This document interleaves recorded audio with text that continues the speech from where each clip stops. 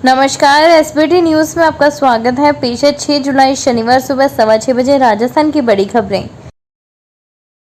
भाजपा अध्यक्ष जेपी नड्डा ने शुक्रवार को विभिन्न राज्यों के लिए पार्टी के प्रदेश प्रभारी और सह प्रभारी की नियुक्ति की। पार्टी ने महासचिव विनोद तावड़े को बिहार का प्रभारी और सांसद दीपक प्रकाश को सह प्रभारी नियुक्त किया गया है। बीजेपी के वरिष्ठ नेता प्रकाश जावड़ेकर केरल में कामकाज देखेंगे, जबकि सांसद अपराजिता सारंगी उनकी सह प्रभारी होंगी। ओडिशा से भाजपा सांसद संबित पात्रा को उत्तर पूर्व राज्यों के लिए समन्वयक नियुक्त किया गया है, जबकि पूर्व केंद्रीय विदेश राज्य मंत्री वी मुरलीधरन संयुक्त समन्वयक होंगे। लोकसभा में विपक्ष के नेता राहुल गांधी आज शनिवार को गुजरात का दौरा करेंगे। इसके दौरान वे राजकोट गेम जोन में हाल ही में हुई आग की घटना और मोरबी में ब्रिज हादसे के पीड़ितों के परिवार से बातचीत करेंगे। राहुल गांधी का यह दौरा ऐसे समय में हो रहा है जब हाल ही में उन्होंने लोकसभा में प्रधानमंत्री मोदी को चुनौती दी थी कि कांग्रेस अगले गुजरात विधानसभा चुनाव में बीजेपी को हराएगी। भारत और रूस के जॉइंट वेंचर इंडो रूसी राइफल प्राइवेट लिमिटेड ने भारतीय सेना को 35,000 AK-203 असोल्ट राइफल डिलीवर कर दी है। इनका प्रोडक्शन 2021 में मेक इन इंडिया और आत्मनिर्भर भारत के तहत शुरू किया गया है।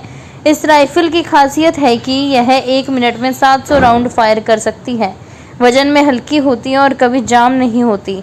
IRRPL ने भारत में AK-203 क्लाशनिकोव असोल्ट राइफल के प्रोडक्शन के लिए प्रोजेक्ट का पहला फेज पूरा कर लिया है। इसके साथ ही भारत AK-203 सीरीज की असोल्ट राइफल का उत्पादन करने वाला पहला देश बन गया है। उपचार के दौरान मरीजों को बार बार परामर्श पर्ची साथ में ले जाने की जरूरत अब नहीं रहेगी। प्रत्येक व्यक्ति का डिजिटल आभा ID कार्ड बनेगा, जिसमें संबंधित की पूरी मेडिकल हिस्ट्री होगी। अस्पताल में उपचार के दौरान आसानी होगी। केंद्र सरकार की योजना के तहत स्वास्थ्य विभाग हर व्यक्ति का निःशुल्क डिजिटल आभा ID कार्ड बनवाया जा रहा है। मोबाइल से लिंक आधार कार्ड के जरिए आभा कार्ड बनेंगे, जो कार्ड 14 अंक का होगा। इसमें प्रत्येक व्यक्ति की बीमारी और पिछले इलाज का डेटा फीड होगा। अस्पताल में इलाज के लिए जाने पर आभा कार्ड या इसके नंबरों के जरिए डेटा डॉक्टर देख सकेंगे। राजस्थान प्रदेश भाजपा कार्य समिति की बैठक 13 जुलाई को होगी। भाजपा प्रदेश अध्यक्ष CP जोशी की अध्यक्षता में तैयारियों को लेकर बैठक आयोजित की गई।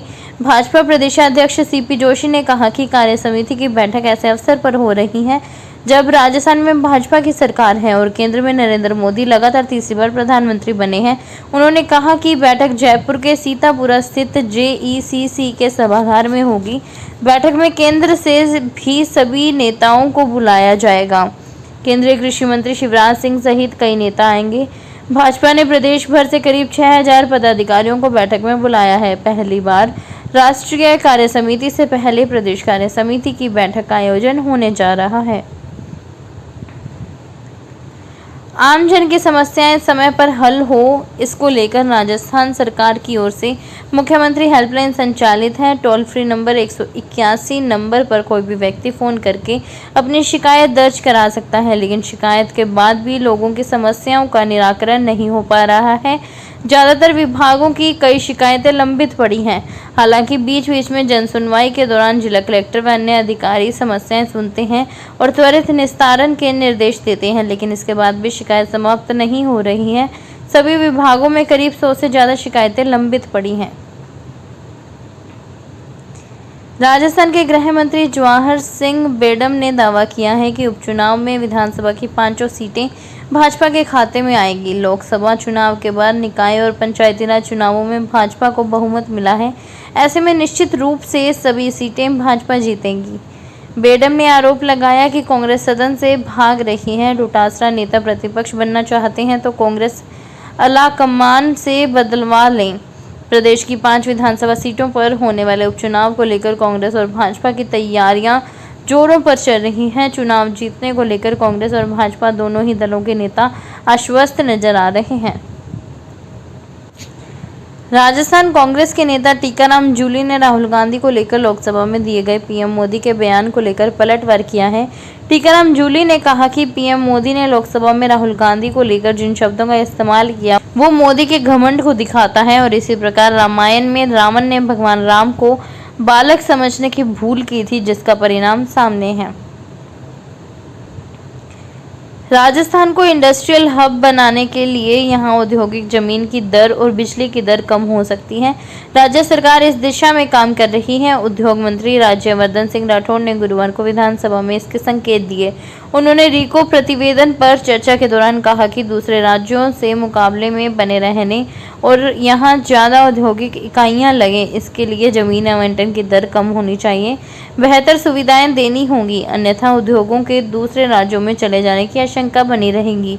उन्होंने कहा कि हमारे पास सौर ऊर्जा है, इससे सस्ती बिजली उत्पादन बढ़ाने के लिए सरकार लगातार काम कर रही है, इसका भी फायदा इंडस्ट्री को मिलेगा। कोटा चंबल रिवर फ्रंट के टिकट दुनिया में कहीं से भी बुक हो सकते हैं।